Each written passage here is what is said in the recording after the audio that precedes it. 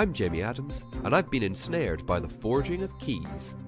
I'm Ivan McAllister, and I'd like to apologise to patron Lloyd Burt for getting his name wrong on our last cast. And I'm Sam Maggs, and I'm unique. And this is Brainwaves, bringing you the most unique news in boardgame and tabletop gaming. These are the unique headlines for the week of 26th of November 2018. White Wolf implodes. Ninja Division dig a hole that is $750,000 deep. And praise be to the algorithm as Keyforge finally launches. All this and more in this unique episode of Brainwaves. White Wolf announced on their website over the weekend that they were actually folding. The Paradox Entertainment, the owners of White Wolf, are taking the White Wolf company into Paradox Entertainment, basically amalgamating the company completely, having a big change of staff, and also putting on hold the Camarilla and Anarch books that were coming out. Why, you may ask? Well, there has been a lot of controversy about the new version of Vampire right from its beginning.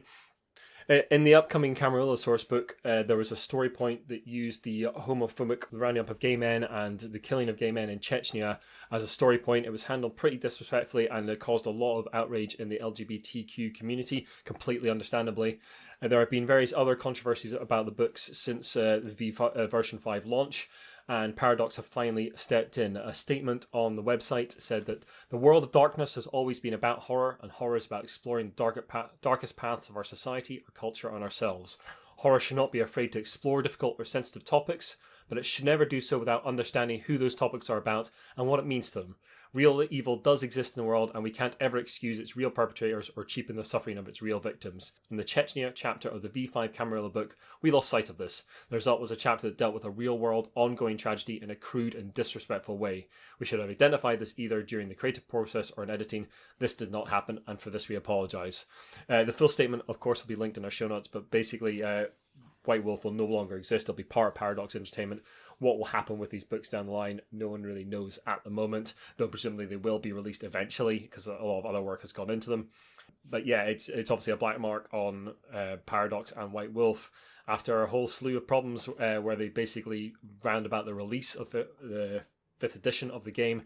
They did have to basically say that they were not dog whistling to the far right and the alt-right, which they were accused of through some of the writing in the book.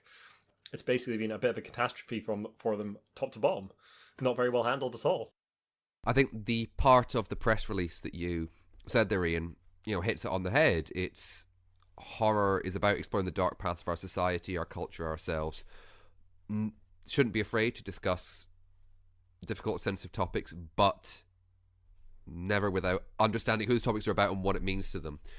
And there's a way to talk about this stuff without basically cheapening that event, especially such a recent event as well. This has obviously been a bit of a catastrophe. Paradox do seem to have eventually taken the reins and done the right thing, so we'll see if this comes out in the end. I'm sure there are some good writers within White Wolf, but they've certainly had a lot of controversy of some of the people they've hired, and it sounds like a major restructuring and major rethink is needed by the company. On November the 11th, 2015, Ninja Division's Kickstarter for Super Dungeon Explore Legends ended with $1,290,522 US out of a goal of $80,000 US. Initially, they'd planned to deliver by December of 2016. At the time of recording this, it is November 2018. Documents got put up recently on Reddit relating to a claim that Ninja Division have filed. And the upshot of this is, although they raised over $1 million, they are now looking for $750,000 more to properly finish the Kickstarter. With the initial funds raised, they are deducting project expenses, refunds, annual overheads, and total Kickstarter payment and basically all the bits for running processing the company, fees. effectively. So basically, they're looking for $750,000 more to properly finish this Kickstarter. We'll post a complete breakdown of that in the show notes, of course. The important thing here to note is, good or bad, the level of response that Ninja Division have received from the gaming community has been, shall we say, appalling at very least. It's one of those news stories that we come across quite frequently, that Kickstarter is not a store. unless it is, and you can check out the most recent Claustrophobia Kickstarter for what I mean by that. But basically, Kickstarter is not a pre-order store, and things go sometimes horrendously wrong, even for established companies like Ninja Division. They are deep in a hole, and that's a major problem. It looks like backers may not ever see this, unfortunately, but that doesn't give anybody any right to, as the claim says, Ninja Division have had basically people threatening them, threatening their families, and also sort of review bombing their product as well, which isn't helping because that is obviously affecting their cash flow to be able to do more things. Yes. So that sort of attitude, although annoying, I can completely sympathise with everyone who put money into this and isn't getting their product. That sort of like rage is not really helping the situation at all. After what seems like a long wait, but in reality has only been about 3 or 4 months, Keyforge is finally here. Woo! Fantasy Flight's now flagship game, really. Their unique deck game that they announced at this year's Gen Con finally came out last week, and we got our hands on some, and we've been playing it a fair amount between the three of us, I think. Yeah, I went to a little tournament last Wednesday at Black Lion Games, local game shop. Had a really good time, picked up a deck. It's really good fun. I really liked it, and I've played that deck a couple more times against Sam and my brother-in-law David as well at the Glasgow Games Festival, which we'll talk about later. I said that I would be very wary about it, and then I went and bought a deck or two. I bought a load of stuff day after release day. Sam basically keeps Fantasy Flight in business. I've only got like 9 decks, I think, in total. And how much X-Wing 2? Oh, yeah, it's a different game, though, isn't it? and Arkham Horror Card Game. Second Yeah, Kahara. don't talk to me about that. I've probably got more than Sam in that. Anyway, we've been playing it all weekend against various people. Basically, any downtime we get in my house, I live with 2 other people, any downtime that anyone gets in the house, someone's playing Keyforge. And it's actually quite good, really, just to be playing a competitive card game, which I haven't done for a long time. I've really enjoyed, but I've only got 1 deck so far, and I've really enjoyed really delving into that deck and figuring out how it works and seeing combos. And I'm still sort of seeing little combos and different things I could do with the deck even now. I've sort of 5 games in. I'll be writing up a review fairly shortly for the site because I think it is worth reviewing. So if you live under a rock and you haven't heard about this, Ooh. although if you're listening to a board game podcast, I assume you have heard about Keyforge. Although if it's your first time listening to it, hello, and let us tell you Hello. about this game called Keyforge.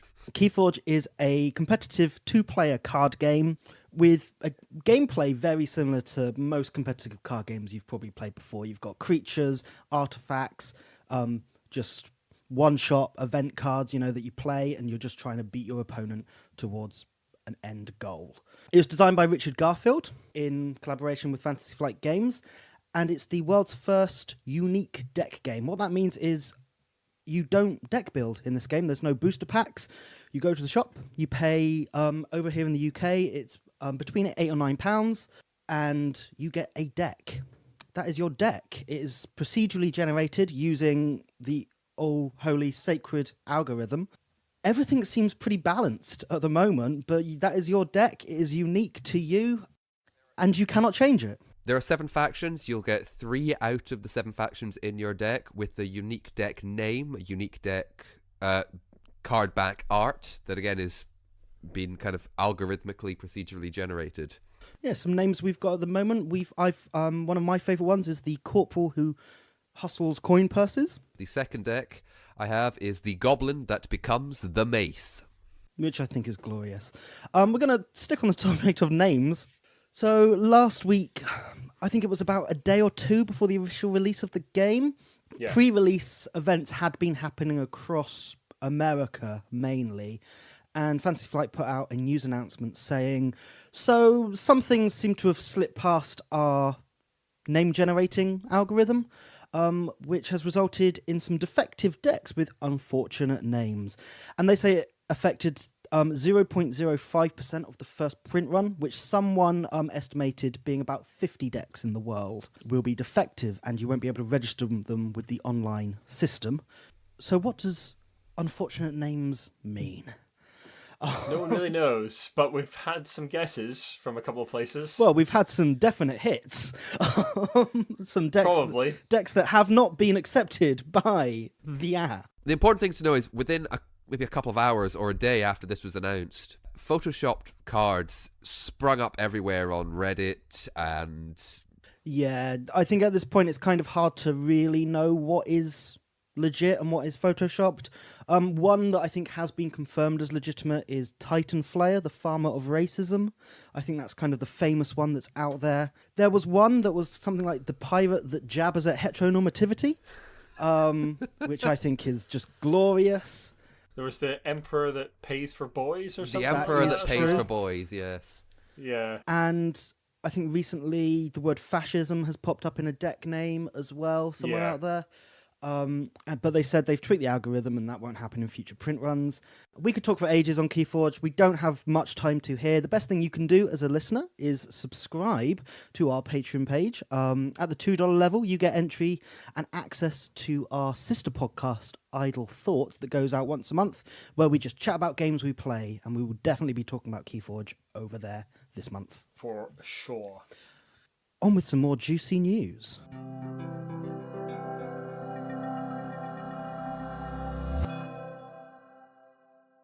Thanks to Real Ideas Organization's Game Changer program, Billy Brown, a man who left his home less than 10 times in 7 years, has created a board game / RPG to help people with anxiety and improve confidence and social skills. Billy Brown is now 24, and basically he was taken into care repeatedly because his mum wasn't very well. And he ended up, as I said, spending 7 years at home, gaming, chat rooms, only going out really for doctor's appointments and such like. And now he's come out and developed this game where players will meet once a week for a couple of weeks or a couple of months in an attempt to improve their social skills. The idea is the participants play themselves, earning points by achieving certain tasks, so they can improve their characters and get points by taking on a challenge in the real world. And they have to obviously prove that they've completed this task and share the details and results in an online group for each game. I think this is a really fantastic way to get people interested. It's taking, especially if you've got, say, anxiety and you don't want to deal with a lot of social interaction. We all have that moment where it's like, I don't want to talk to people. Yeah. And getting like-minded people together and going, okay, what you're feeling is absolutely fine, but we're going to try and help that through a medium that you might be most familiar with, that maybe you do retreat into the world of online gaming or online forum role-playing, and getting you to play a board game in itself to improve your character / yourself by completing tasks in the real world. I think it's very nice. Yeah, it's great. The hobby's always been very welcoming of a wide range of people, and it provides a safe space for people to maybe get out of themselves a little bit and role play or whatever into different characters and interact with people in different ways. So it's good to see. It's always good to see the gaming community being cast in a good light and games being used for really positive ways to help people and to sort of show off what they can do in that manner. It's really good to see that kind of thing. I'm a big fan of Black Mirror, guys. Have you watched Black Mirror? I have indeed. Never. Straight up, no. Well, you should, Jamie. It is absolutely fantastic. Black Mirror, if you don't know, is the sort of modern day sort of Twilight Zone horror series from Charlie Brooker. Most of the episodes focus on technology and the way that sort of technology may affect us in the future. It's all sort of like slightly dystopian versions of that technology. And now one of those episodes is coming to Target in the form of a board game based on the Nosedive episode. Nosedive was the first episode of season 3, I think. That was when Black Mirror first went to Netflix and turned into a slightly longer series with a much bigger budget. And Nosedive is an episode based on the idea that all your interactions in society are based on a social network, every single one. So you're rated constantly for everything you do, photos you take, photos you put on Facebook or the equivalent, even just tipping someone or not at a restaurant, or in the case of the main character, how they act at a wedding that they're going to, and all those sort of social interactions are all rated. On a slight side note, the Chinese government is actually trying to do this. They are putting out an app, or they're intending to, where citizens are basically rated on how good a citizen they are, and that will get you access to various different things. And what I have to say to the Chinese government is, Black Mirror is not a roadmap for your society. Crazy stuff. Yeah, if you're in government and you and any of your policies come close to a Black Mirror episode, you should stop right now.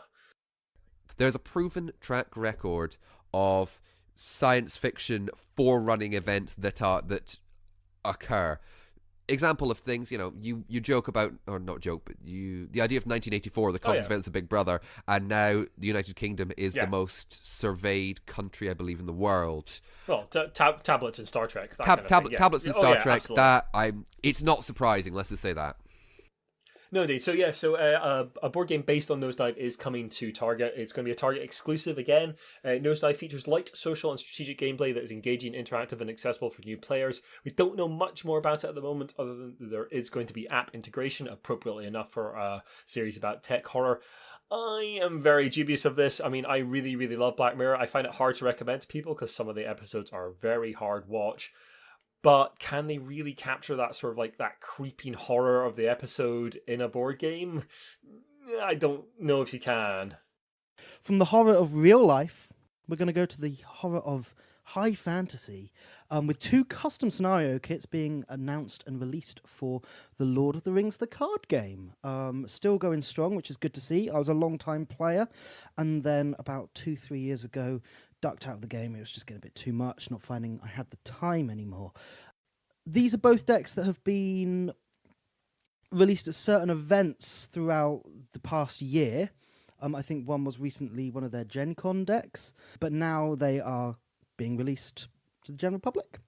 We have the Wizard's Quest and the Woodland Realm.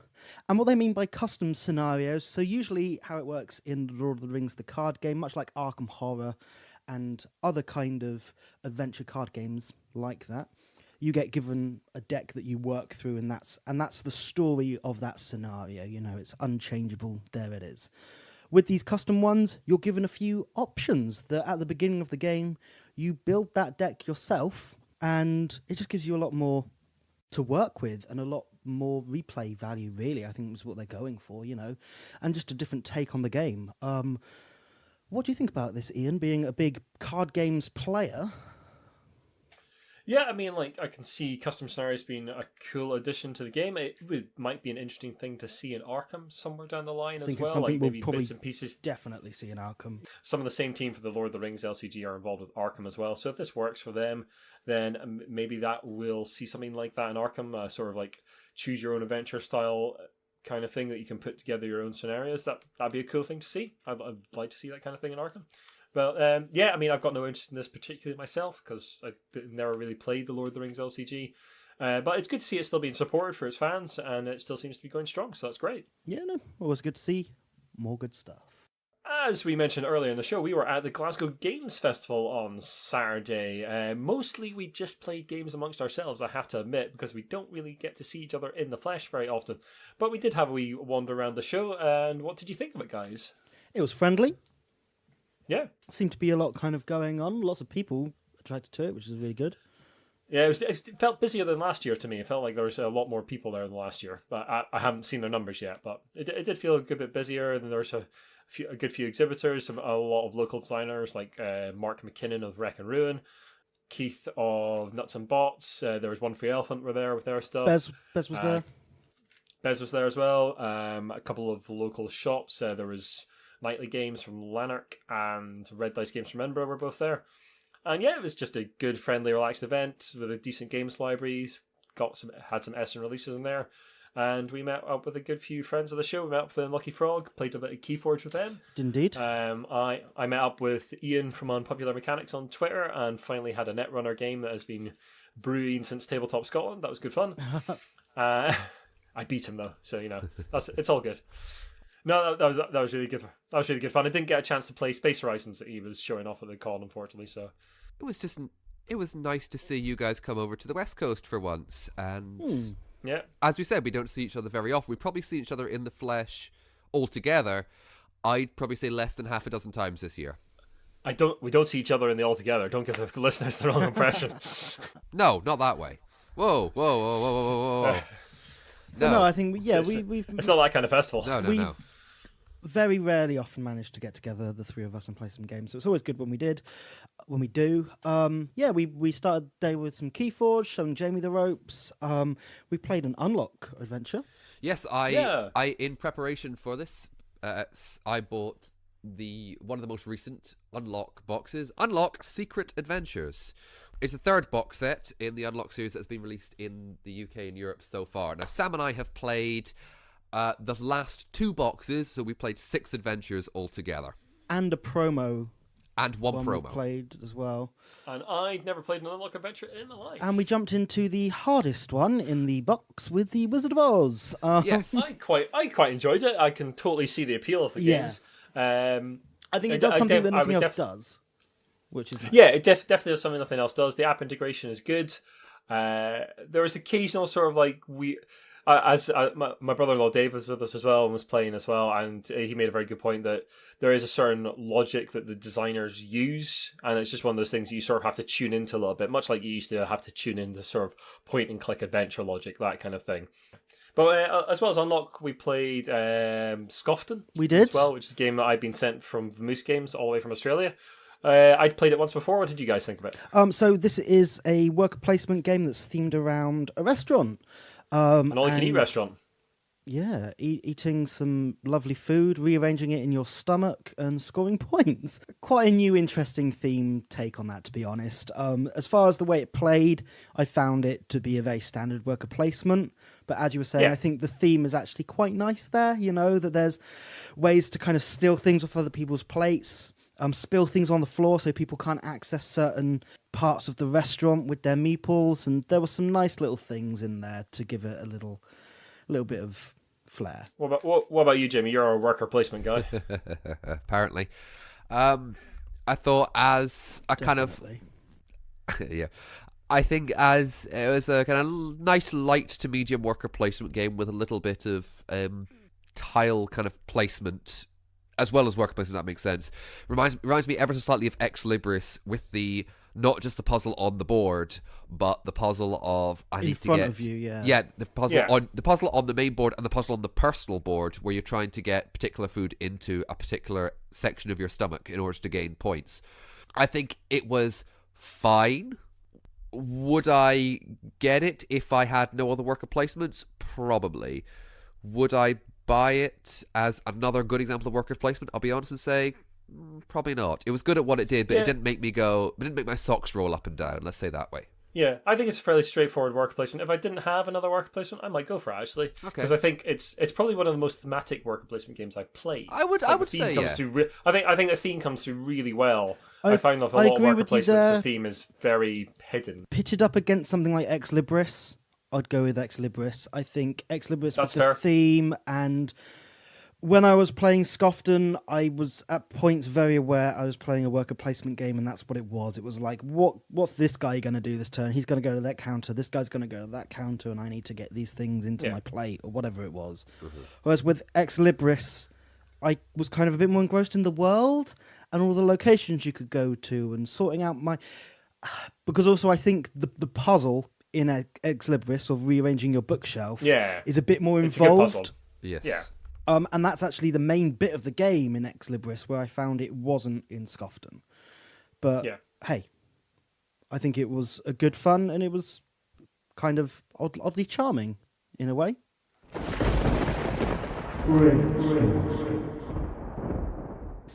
So, for our brainstorm this week, this comes from Simon Marr on Twitter. Thanks very much, Simon, for posing this. Simon was wondering what game mechanics we would like to see the back of or see more of in 2019. So, I've turned that around a little bit to when I was forming the question for brainstorm. So, in that instead, this question is, what do you guys think was the most used mechanic in games that came out this year? And where do we think we'll see innovation over the course of 2019? This year and last year, to be honest, but carried on into this year, we've seen a bigger boom in the legacy mechanic, Yeah, absolutely. The ongoing campaign game, regularly meet up and play through this story, play through this world, whatever it might be. Whether that's an official Rob Davio legacy game or just something with those elements. Yeah, absolutely. We've seen more games coming out with the legacy tag on them, which we're fairly convinced is probably copyrighted because it seems to only be on Rob Davio games.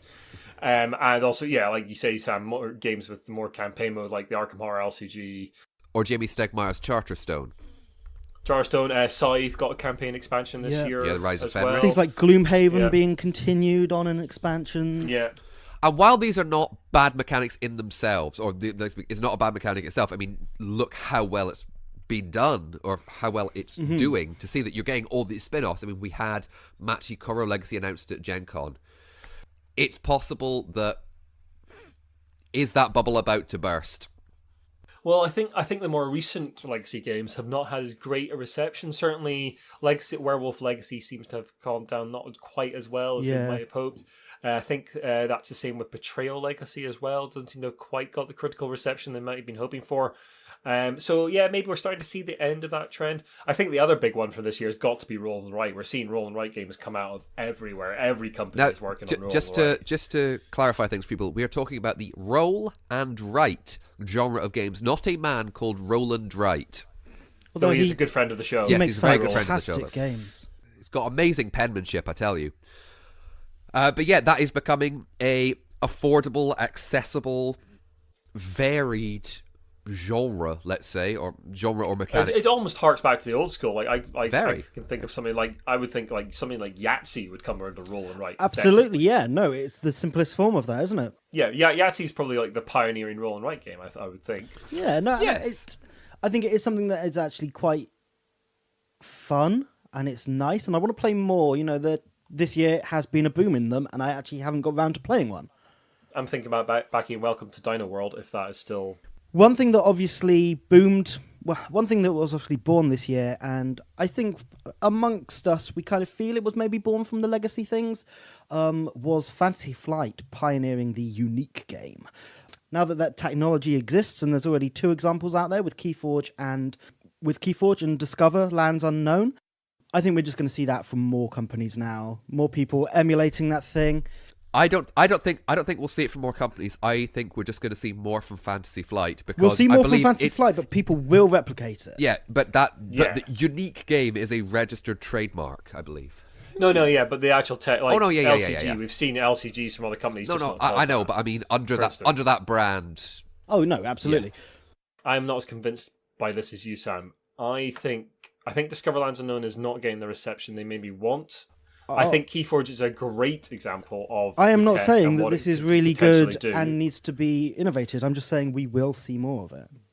Yeah, but I don't know if we're. I agree with you. I think it needs the right game. Yes, no. I think it's a very unlike Roll and Write games or legacy games where you can basically take those mechanics and apply them maybe to your property or whatever.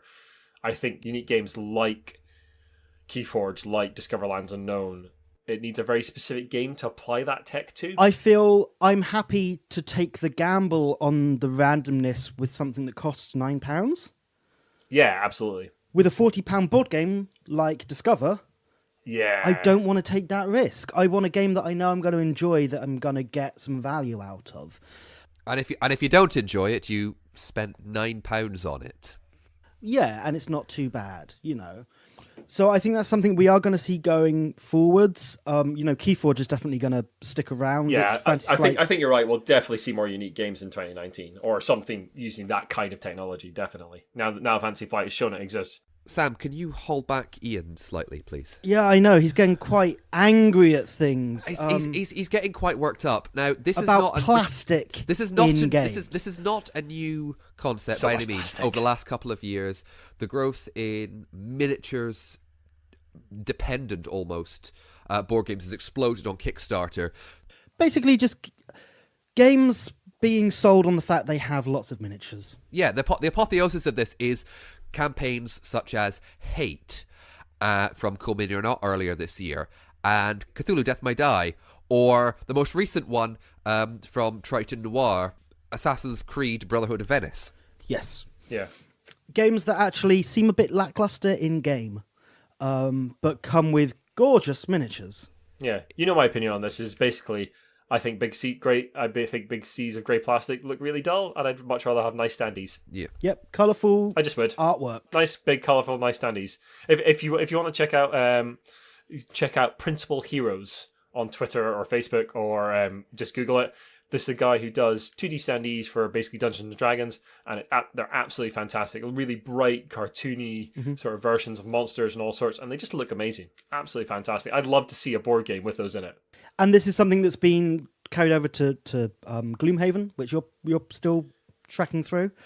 Yeah, and also I think it's an environmental issue as well. Like, we use so much plastic on board gaming, and it's nice to see companies like Blue Orange producing something like photosynthesis, which is entirely made of recycled cardboard.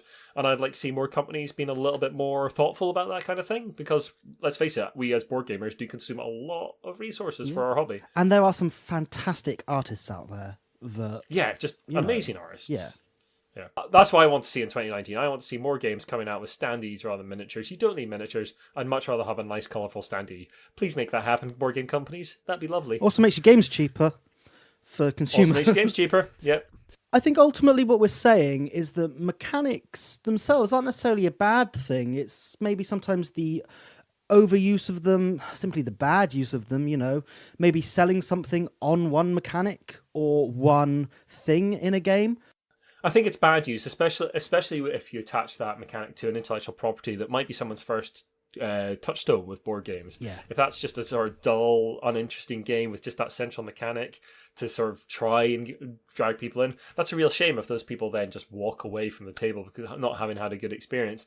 And what I'd like to see is just, we're always going to get iteration in board games. I was speaking to someone on Twitter about this recently, is that the iteration is no bad thing. A lot of games are going to be a little bit workaday. Like, that's just the bread and butter of a lot of games companies. We're not going to get the next sort of legacy mechanic or the next big sort of like shift in board games every single year. That's just not going to happen. But it is good to see a little bit of innovation here and there, and just people considering what if mechanics fit their particular game, and not just shoehorning things in just because they're the flavor of the moment.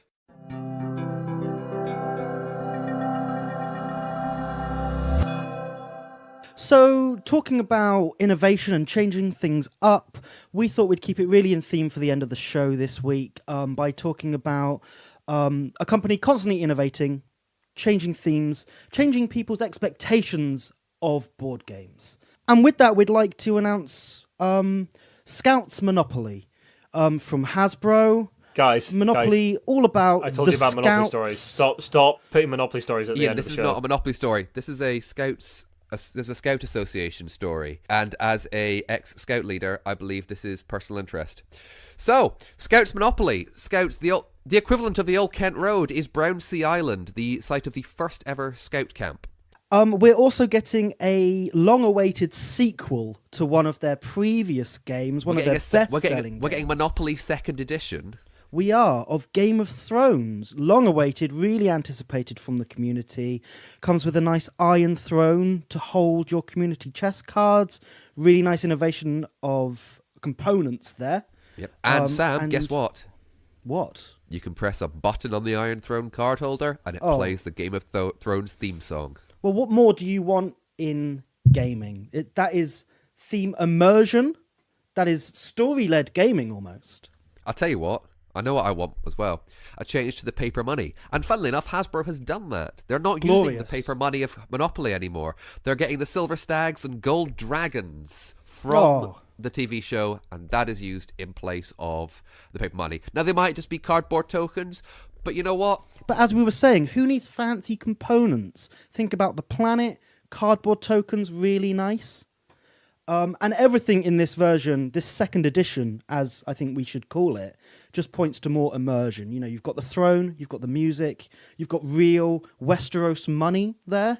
Moving from the dragons of Game of Thrones to another dragon happening in London very soon, I am going to be going to Dragon Meet on the 1st of December. I will be there wearing my press hat, not quite literally, but I will be wearing the new Giant Brain livery that we're all wearing at Glasgow Games Festival. And I'll be looking out for the cool new things, hoping to play some games. And come up and say hi, and let's play some games together. I'll bring my Keyforge deck with me as well, of course, and hope to get in a couple of games. Hope to see some of you there. Just before we go, we'd like to do a little shout out to our latest patron, that is Robert Ruthven, who runs the Lucky Sparrow Games Cafe, which will be opening up soon in Glasgow. They are our most recent patron, and we gave them some badges for all the staff at the Lucky Sparrow Games Cafe. And hopefully, once they are out and open, we will be heading through there to maybe run some games, play some games there, and check them out. We'll give you a full report if we do that. Oh, I definitely will. Don't worry. Yeah, Jamie, as our West Coast correspondent, will definitely be visiting and tell us what it's like. If you would like to join Robert and become a patron, we will put a link in the show notes. For just $1 a month, you will get a link to the extended version of the cast, and believe me, this cast is going to have a very extended version.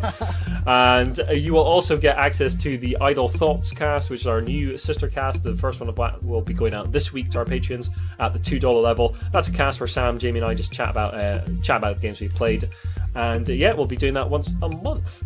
So thank you very much for listening, everyone. If you like what you've listened to, then the best way to help us out is to share the podcast and drop us a review and rating on iTunes. Every little share helps. Twitter, Facebook, we don't really mind. Just share us about. It really, really helps us out. You can also follow us on Twitter at The Giant Brain, Instagram at Giant Brain UK, Facebook The Giant Brain. Website is giantbrain.co.uk, where we put up reviews and that kind of thing. And our email address is giantbrainuk@gmail.com. And please do get in touch. Let us know what you'd like to hear about on Brainstorm in the future. If you've got ideas for questions we might debate, if you've got tasty bits of news, please let us know. Especially if you're a smaller company in the UK, we really want to hear from you.